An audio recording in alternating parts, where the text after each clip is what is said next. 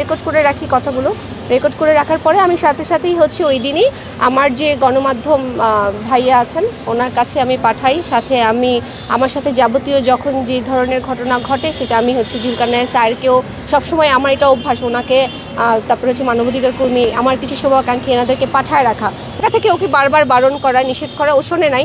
এরপরে যখন আমি বাংলাদেশে আসি আমি ওকে আমার যে গ্রামীণ নাম্বারটা সেই নাম্বারটা থেকে ওকে ফোন করি, কারণ আমার নাম্বারে হচ্ছে ওই বাংলাদেশে ফেরার পরে আমার ফোনে হচ্ছে ছিল না, এমবি টেমবি ছিল না। তো আমি ওকে সরাসরি ফোন করি আত্মপ্রকাশের দিন যে আমি এখানে আসছি ওকে জানানোর জন্য।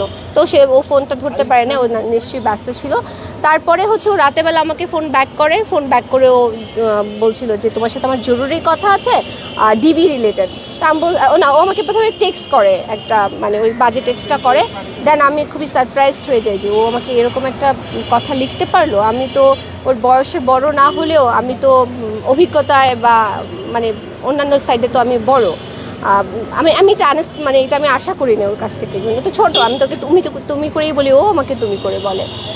তো সেই জায়গা থেকে আমি এটা আশা করি নাই। ওরকম একটা টেক্সট আমাকে লিখে দেন ও আমাকে হোয়াটসঅ্যাপে লিখে যে সিগনালে আসো কথা বলবো। আমি বলি আমি কি কথা বলবো, আমার কোনো কথা নাই, আমি স্পিচলেস।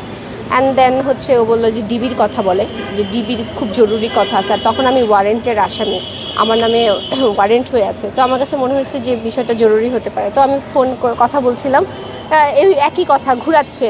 আমি বলি বলো যে কি প্রয়োজনীয় কথাটা, সেই তথ্যটা আমাকে বলো। ও বলছে না এখন না, পরে বলবো।